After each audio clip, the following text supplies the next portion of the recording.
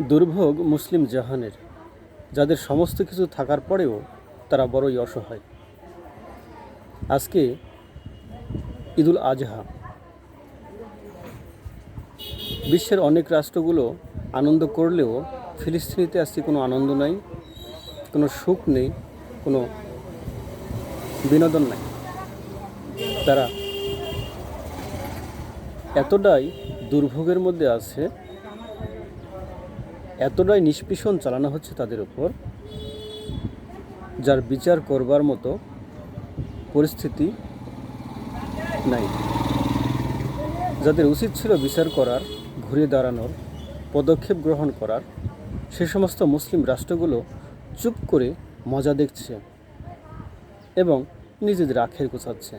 এটা মুসলিম সমাজের জন্য, মুসলিম জাহানের জন্য বড়ই পরিতাপের বিষয়। আল্লাহ সুবহানাহু ওয়া তাআলা বড়ই মেহেরবান ও দয়ালু।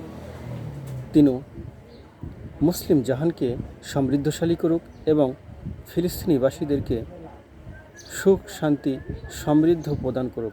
আমিন।